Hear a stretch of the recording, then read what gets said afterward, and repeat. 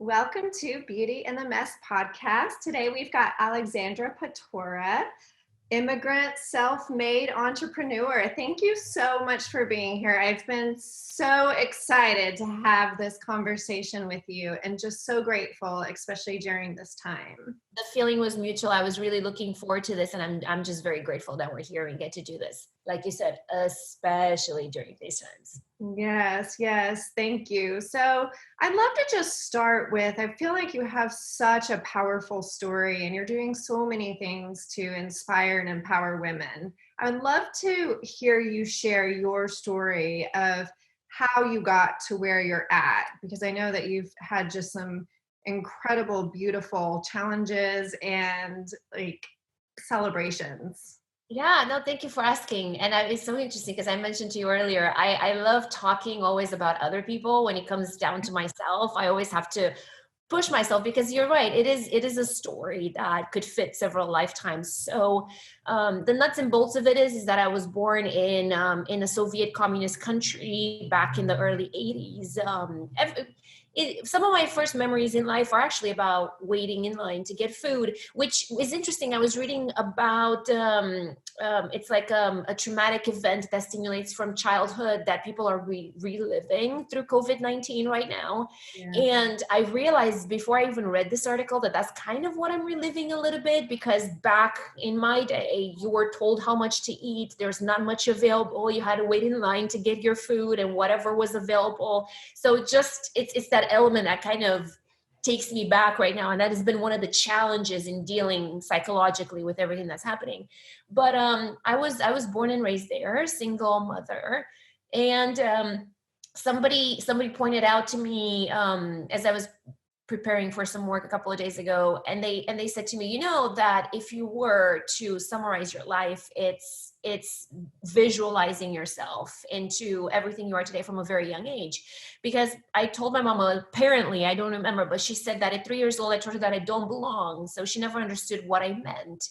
And then at 6, I told her that I was born in the wrong country. And that's kind of this whole immigration story essentially started out with me is I always felt like I didn't belong, even though I love my Romanian culture and my roots and my people. So I guess I have been seeking an exit since I was a very, very young girl. It wasn't until I was 13 that I got access to Western culture and Western anything. I knew nothing about the United States. In fact, under Soviet communism, you guys didn't even exist on our map pretty much. So to be introduced when I was a teenager to this wealth of possibility that exists somewhere, that's really what triggered me. And I dedicated my life, my leftover life in Romania, to come to America, which I did when I was 18. And I've had to kind of deal with all the struggles of being a foreigner in a new country. I came by myself, so it's kind of like learning how to eat and sleep essentially for the first time, because everything was so culturally different. And since I came here almost 18 years ago, it's been an adjustment. It's been finding myself in the process. It's been figuring out who I am, what I want to do, why I want to do the things that I want to do. And I have grown into my own person. I feel like I have gained some confidence along the way, which is something I critically lacked when I moved here, and just became the person I am today, which I would say is an entrepreneur, a social media influencer, content creator, and just somebody that is very actively through business and through online content dedicated to very proactively helping other people. Because I know, and I know you agree with this too, that there's so much generic advice for people out there. Believe in yourself and Yeah. be happy. And then I remember when I was going through severe anxiety and depression in 2008, it was so difficult for me because here I was, the only experience I had of work in the United States was in the mortgage industry. And I was an immigrant, not a citizen, with no college degree, and the only work experience that everybody thought you were a demon. So everybody ran away from you. So it's not to go off a whole lot of topics. It's just I'm trying to condense several lifetimes into one. But anyway, the idea was Yeah, it's important. that's how I got into the personal growth aspect of things, is because back in 2007, 2008, I really struggled, and I had not just myself to worry about, but an entire flock of family that I had to take care of back in Romania. So I was really trying to just pull myself out of the mental and emotional waves that I was going through. And so every penny I had, I was scrambling to watch a seminar, to buy a video and try to help myself. And everything was just so generic. And that's when I remember telling myself, you know what, I'm such an organized OCD Virgo person. Yes, you are. My personal issues with the same commitment and organization that I do my work. And I'll find something that will help me, and I'll make sure to relay the message. And that's what brought me to the online world of content, you can say.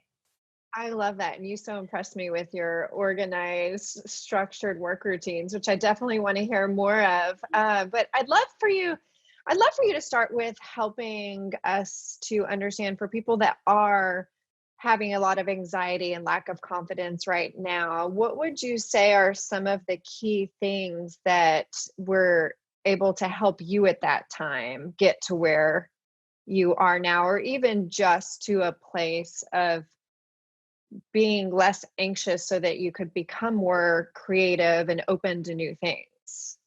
That is a really good question, and that's something actually that I did in one of my lives. So the first thing that has helped me with anxiety immensely has been properly breathing, which is something that most of us don't do. Immediately we puff up our chest and we're like, "Oh, I'm taking deep breaths and I'm trying to relax." When in fact, for me, and I can only speak from my personal experience, but there's some science behind this, saying that the most relaxing type of breath is through your diaphragm. So diaphragm breathing for me has been really key. And it's something that's a little odd and awkward at first, but it's something that has really, really helped. Progressive muscle relaxations have helped immensely.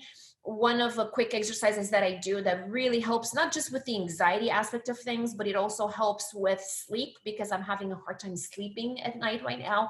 My mind is racing. I have so many thoughts. I keep waking up at night. So one of the things that helps kind of relax me so much that it puts me in that more catatonic state is an exercise where I lay flat on the bed. There's no pillow. The arms are by my side. And when I take a deep breath in, I do so slowly, because the focus is not so much on my breath as it is on every single muscle in my body contracting from the toes up. And again, when I share this exercise, I tell everybody, you need to consult with a doctor. Not everything is for everybody. But what has worked for me is, as I breathe in, right, and I bring that breath in, I contract, and I keep contracted all the way up, every single muscle from the toes to the tip of my head. So from your toes, your ankles, your calves, your thighs, your legs, your stomach, your upper body, your neck, your face, your hands, everything is clenched, right? And then when you let go of that breath, so think of it, you inhale, so from the top up, you start slowly, one muscle at a time, kind of trying to visualize your clenching. And then as you exhale, I relax from the opposite way, like top to bottom, if that makes sense. And I do that 3 times. And it's been incredibly helpful. It's really important to incorporate everything, right? You need to incorporate your body, your mind, everything needs to work in sync.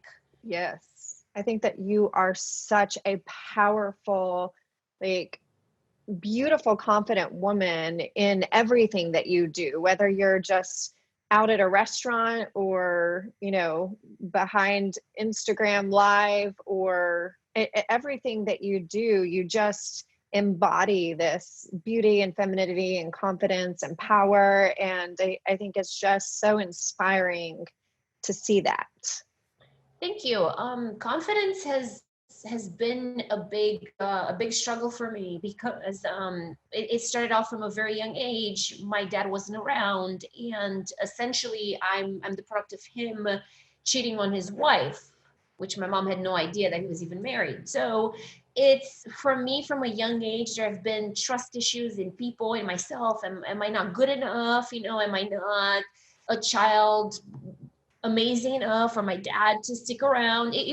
That's essentially how it started. So my entire life, And the fact that we were really poor, of course, you're the butt of every joke in school and whatnot. So it was this constant hunger to try to get people's approval, from my own parent to people in school. So I felt lost because I was trying to do and be everything that I wasn't at the time in an attempt to just be accepted by people. So we think that that's, a way to go in life. And I see adults doing that right now too. You alter who you are just so that this guy or this girl can like you, or this friend or this, and it's a temporary fix, and it may work in certain instances, but then what we don't realize is that emotional and psychological and mental damage that we do on the back end is just it's so grand that it will take years of therapy and really deep self-work later down the line to bounce back from that. And that's essentially where I was at, because I spent decades trying to be liked by other people, because I never trusted that I was smart enough or ambitious enough or good enough to where this is me, take it or leave it. And so I never felt like that. And some of the things that have really helped me gain confidence really have been knowledge, actually.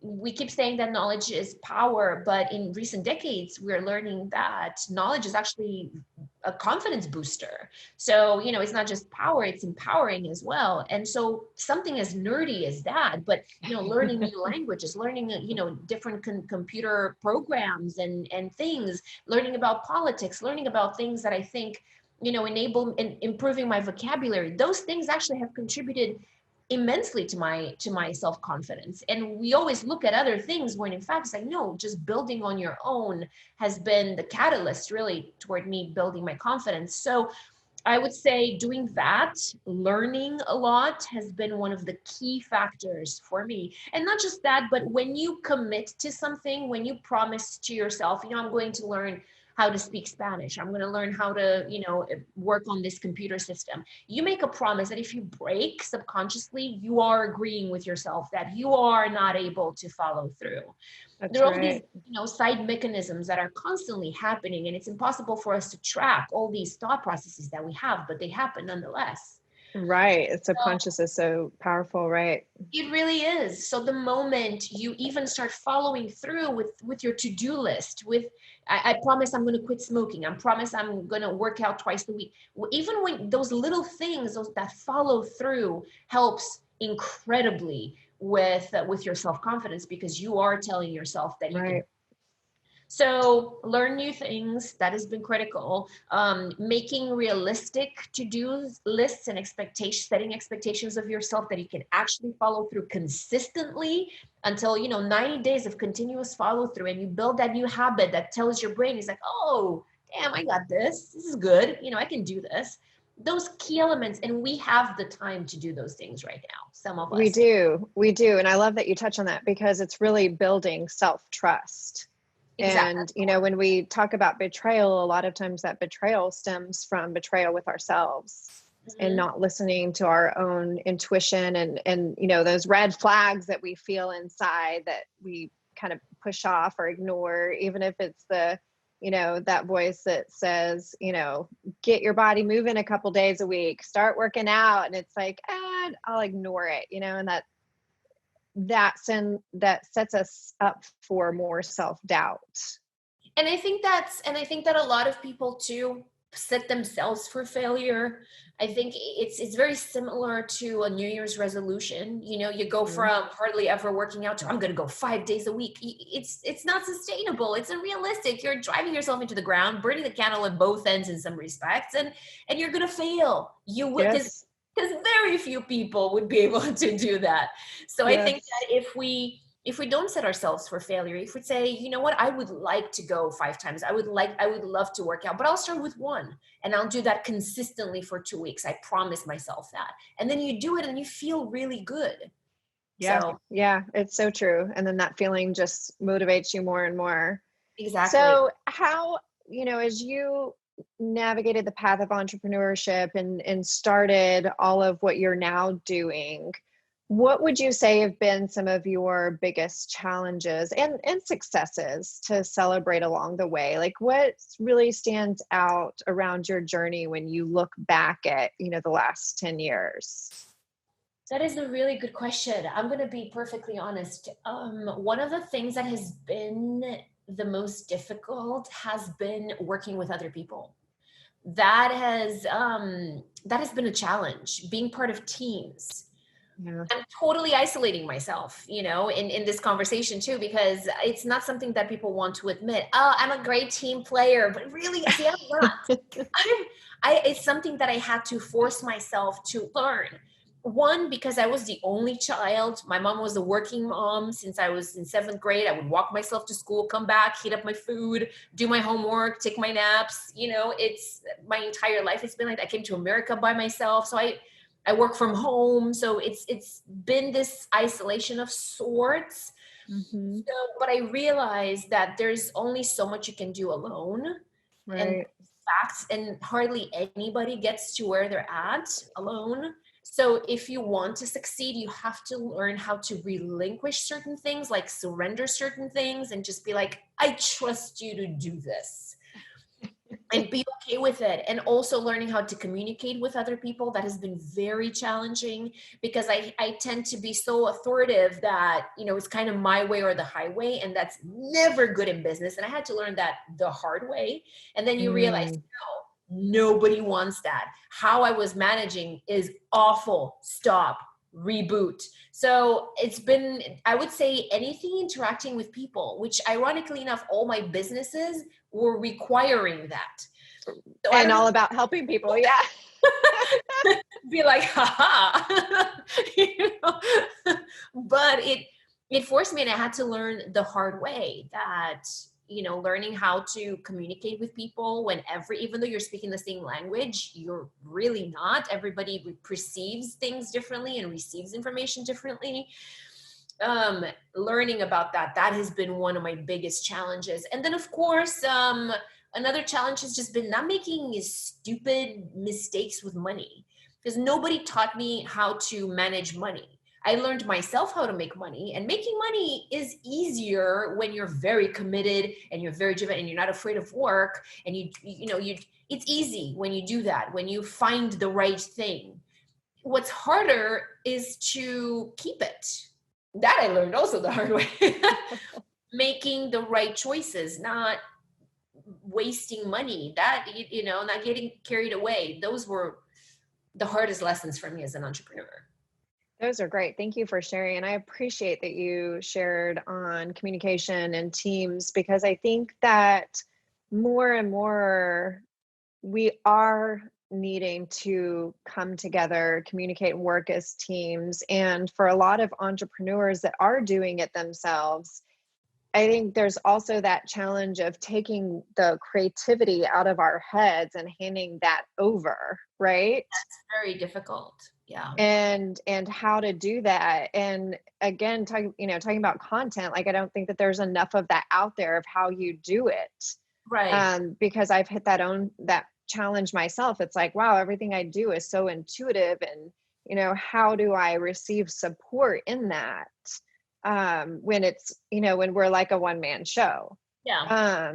So it's inspiring to hear you get that conversation started, because I think that more and more people are struggling with that than they know. So I'd love to hear more about how you took all of your influencer work and just inspiration, beauty, motivation there, and began to create your own skincare line. And I know I've seen some of that journey online and heard from you. I remember in person, I think it was like a year ago when we first met, about how you were testing things and how organic everything is that you use. And I'd love to hear more of your heart and passion around how you created that, or how you're continuing to create it. Just creating a business around something has always been a passion. Social media, my personal platform, is a result of having had a social media marketing business that I started back in 2010. That's originally how I got into social media, and I've been very fortunate for about 6 years that I did that, to have worked with a lot Hollywood A-listers and reality TV stars, small, medium startup companies, entrepreneurs, and whatnot. And Wow. yeah, that's originally how I got into social media. And because I was feeling not creatively challenged anymore, and said, oh, let me make my own content.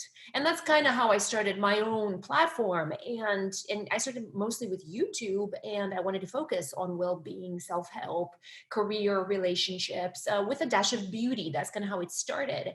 And then when I saw that taking off, I was like, oh, let me go to Instagram as well, because you can have all your eggs in one basket. But Instagram wasn't responding as well to the personal growth element. It was responding more to beauty.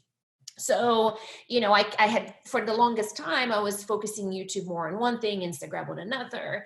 And I've just been doing that for a while. And the reality is that, social media marketing, being an influencer, things like that, that's not sustainable, and I tell this to every single girl that I talk with. What is your plan for the next few years? Because I guarantee you, and I'm turning 36, you know what I mean? Technically, I'm old, for what I'm doing. I'm still considered that. Yes, that is still a fact. In the beginning, we're thinking that it's not anymore. And we're thinking we're making strides, and we kind of are, but I can't compete with a 21-year-old. You know what I'm saying? Yes. Get the deal. I guarantee you that a 21-year-old will get the deal, and that's okay. But that's what I want everybody to understand, that is in this side of the business, that there's always somebody that's younger, prettier, smarter, faster, more nimble than you are. So this is not sustainable, and you're not going to be able to twerk when you're 50. You may, but it's not sustainable. So I've always kept that in the back of my head. And I've loved doing this because I love reaching women specifically. But I knew that there's more. What am I, just this, So this was complete happenstance, because once I turned 30, I realized that makeup just wasn't sitting on my face as it used to be, not naturally. And I wanted to have something on my skin that actually does something to not just cover the imperfections that were starting to show after years of not, because back in the 90s, we used to wrap ourselves in oil and sit outside in the sun, completely different. Well, that is showing. Yep. So I realized that there is a very limited amount of makeup companies out there that were actually having quality skincare ingredients, and those that did and that were making claims weren't backing their claims, weren't showing any of their claims data, and like, how did you get 90 women to think that this is better? Is it your mom, your grandma, your sister, your aunt in a basement, and 9 out of 10 said this works, and now here's your 90%? Like, wait, I have questions. And it was disheartening to me to see how many people were refusing to share that information. Shocking. Mm-hmm. And I sat there thinking, I'm not asking you for your underwear size. I'm asking you where you live. I'm asking you, to be transparent as a brand. And that's when I remember telling my husband, I said, wait a minute, this is really shady. I'm really not feeling this industry. And frankly, I'm not finding something I can trust for my skin. So in 2017 is when I decided that, I want to do this. I want to have a makeup company that has active skincare ingredients, clean, not natural, not organic. I believe that those are highly unregulated markets. And frankly, I care about stuff that gives me really powerful results. Otherwise, I don't need you, because I can go mash an avocado mask myself. I got this, and I know exactly what's in it. So I wanted something clean, but I did want something that is really active. And that's when this journey started. And it was so disheartening along the way too, because I started realizing, I'm like, wait a minute. So the people that are saying now they're starting a company and 9 months later they're coming out with something, that's not building anything from scratch. That is white labeling. Wait, what is that? What? So It's been a crazy journey of trying to find labs and chemists. How do I even go about it? I know how to use makeup. I know nothing about creating makeup. So that has been the journey since then. It's been 3 years in the making now. Wow. And we have it's for our first and potentially second product, but it's been really difficult because we had to create something that doesn't exist on the market. That was challenge number one. How do you do incredible. That? Yeah. Challenge number two, how do you do that and keep it affordable? Because we got to do something really amazing, but it's like, if it's going to be considered that will cost $35, that's a little hard. So, okay, how do we get something really special that's really affordable? And yeah, so that's, and then of course, how is this formula going to stand out? Be amazing. So it's been the journey, and right when we are about to start manufacturing, COVID-19 happened. So that, everything is at a standstill right now. And luckily we haven't manufactured anything. So it's not like we're sitting on inventory. It's kind of like a blessing in disguise. Like everything does Yeah. have a purpose. All the delays that we had, maybe, I don't know, we're prepped Right. for this. Right. But Right. I hear you. I think that it's maybe just beautiful timing for you to be able to take a step back and kind of focus on your relationship and family, and restart with, a renewed energy when it's time for manufacturing. well, luckily for us, we have been working on other business ideas. One of the things that it's interesting, because I was telling my husband I really want to write a blog post about what are some things that I've personally learned from this. And one of the things that I've realized, and everybody can figure out how to make this possible. Again, both my husband and I, he comes from a very poor family. I come from a Soviet communist country. I can by myself. Nothing was handed to us. So I firmly believe that when you intentionally set your mind to something and you look at things in a very unbiased way, you have the ability to see opportunities. We are not as limited as we think we are. I think that the limits we set on ourselves financially and trust me, I know what it's like to have your lights and electricity cut off. I get it. I know what it's like to have 10 eggs for the rest of the month, and that's all you have to eat, and you have to put them in the cooler because, obviously you don't have electricity. So there goes your fridge. I get it. But I also know that we haven't survived millennia because we're stupid. We've survived because we're adaptable. We can figure things out. So luckily for my husband and I, one of the things that we've set out over the last year, and it comes in handy right now, is how can we diversify what we're doing? He's in technology, and I'm creating this makeup brand. Well, it turns out, they're highly affected right in times like this. So luckily, we've been working on a business that can withstand that, and that's in being in logistics. And it's nothing sexy, and it's nothing that, oh my God, I cannot wait to have like trucks and deliver packages. This is so exciting. Like, no, who says that? Nobody. But, I like financial stability. I like providing jobs. And guess what? I love logistics. So luckily for Yes, you us, do. that's because, the makeup business is not going anywhere. In fact, it's bleeding money, right now. Yeah. People are pooling a lot of their marketing budgets and freaking out, which is kind of the opposite of what they should be doing, but this is happening. So you're Right. on all fronts. And I have friends that are both in the same industry, and you're like, whoosh, when that is taken off, you're like, holy cow, what can you do about that? Not much, but what you can start doing is really, grab life by the jock and be like, wait a minute, we'll figure this out right now, but how can we, make sure that when COVID 50 happens, God forbid, but Right. honest, anything is possible, or the next recession, Right. how can we have, various streams of income? So luckily for us, we have our, Right. I love that. So how do you balance all that you're doing in your work with your relationship, with your marriage? that's a really good question. And it took commitment from both people. That's one of the things that we started talking about from the beginning. It was very important that both of us are okay with working on these businesses together, and even if we weren't, how can we manage our relationship if we're both busy? So we sat down, and I asked my husband, hey, like, I'm taking night school right now, right? I started taking Right. night classes just because I want to be a licensed esthetician, simply because I want to learn more about skin than I do. I had to talk to my husband before, and I'm like, hey, this is going to be a huge commitment, 20 hours plus drive to and from, plus studying. It's a huge undertaking. So we always talk about everything before we set out to do something. So that helps.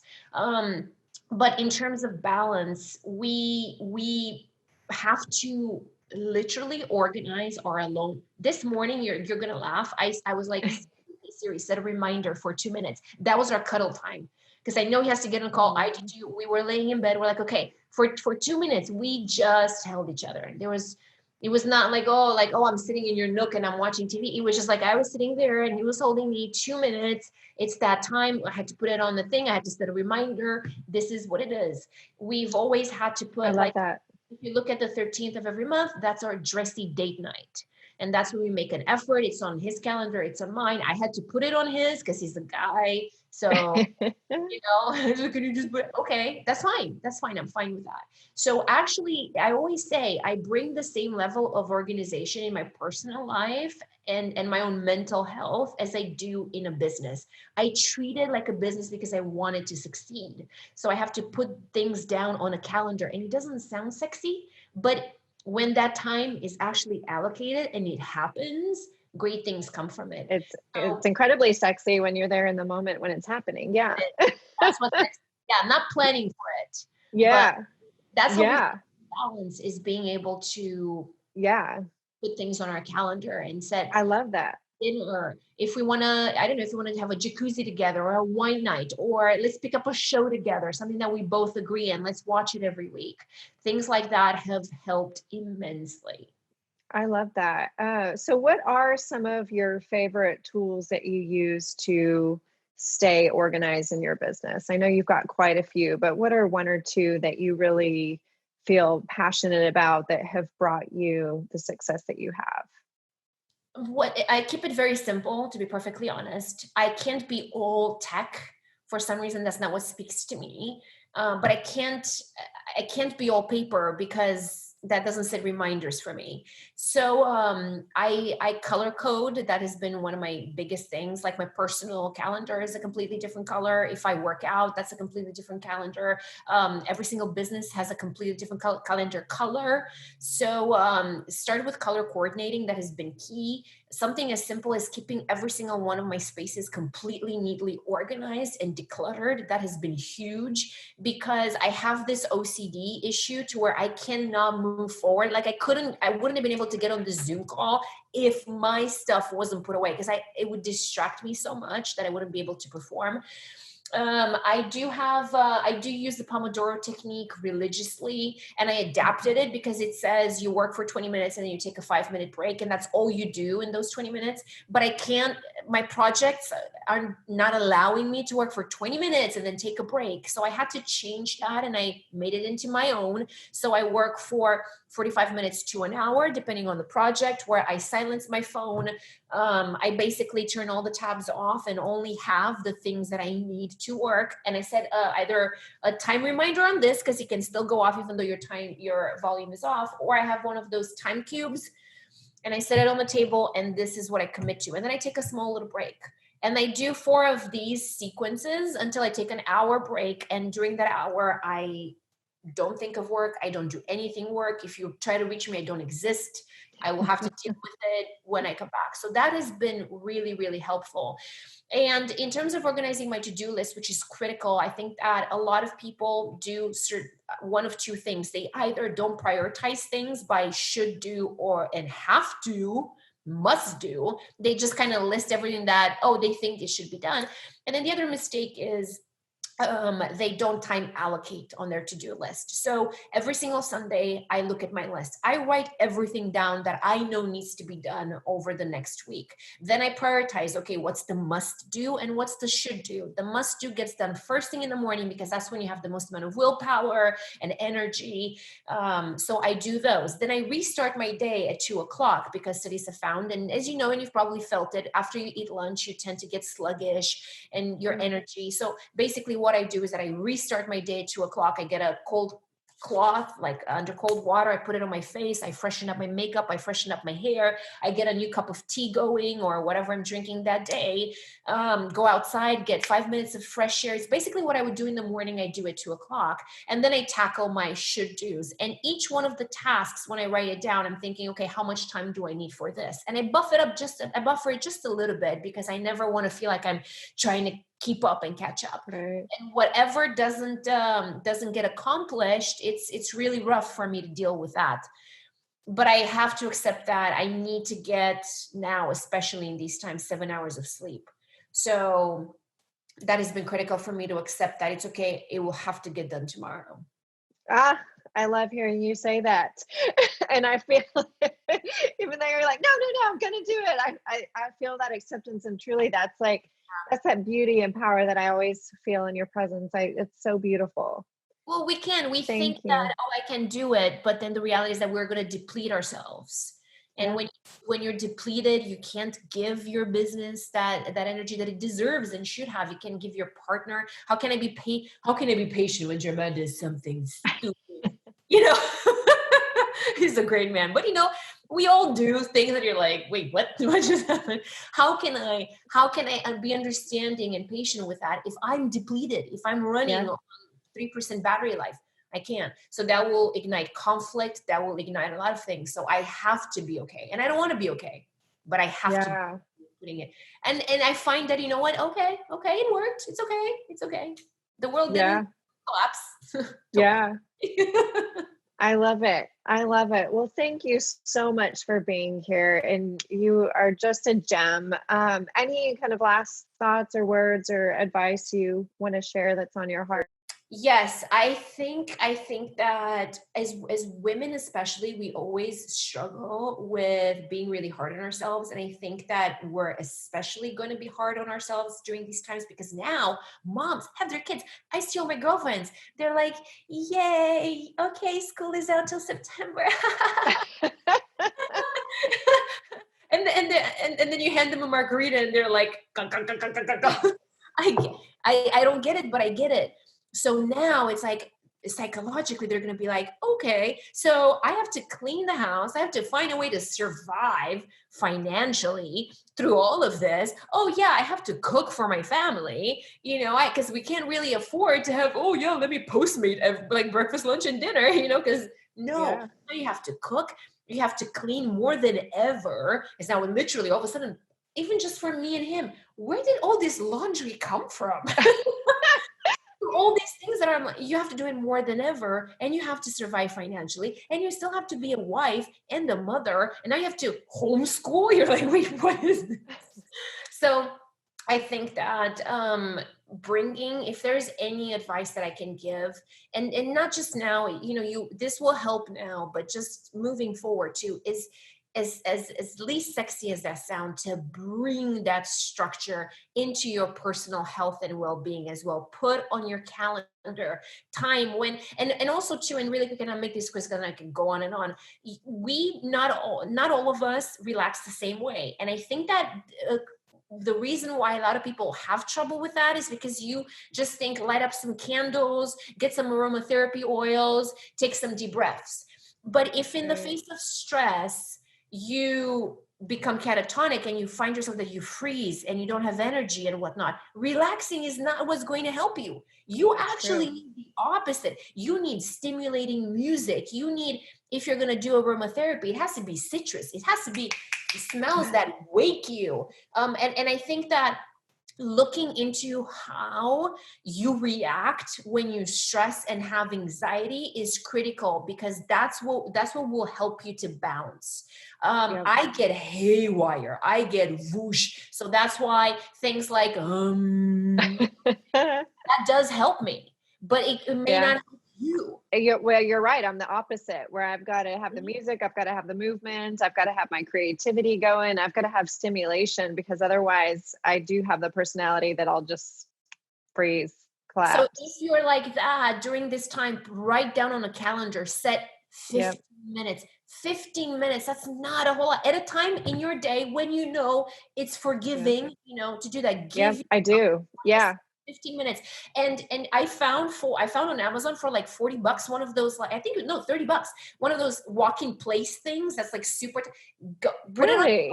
Yes, I'll show you. It's amazing. Okay. Put it on your balcony or your patio, wherever you can just grab some fresh air. Do that. Put That's your awesome. for like 15 minutes of hardcore music and just do that. And that's your self-care. 15 minutes. It's not going to kill you. Put it on the calendar, make room, but make sure that it's something that you respond to, not generic advice. Yeah. I've been getting in 30, 3-mile run every day, and then taking 15 minutes, probably about 3 times a day, to myself, to really like go within, reflect, refocus, and stay in flow with things because I can easily get out of that flow. So So easy. yeah. Normal day to day, it's easier. Even one of those 15-minute breaks, huge. Yeah. There's nothing else if you do that, but it's something that you respond to. That's key. Yeah. Then you're good. You are amazing, girl. Thank you so much for being here, and such an honor. So much to say. I'm like, yep. I love it. Oh my God. I could have these like weekly with you. I love it. You are such an inspiration. And I just love the way you think and your heart and creativity. And it's just, I love it. I truly do. That means a lot, especially coming from you. So anything I can help, use me as a resource anytime. I'm here. Thanks for joining us on Beauty and the Mess. Feel free to visit Robin on Instagram at Robin_Emmerich. Keep on living your beautiful life and embrace the mess.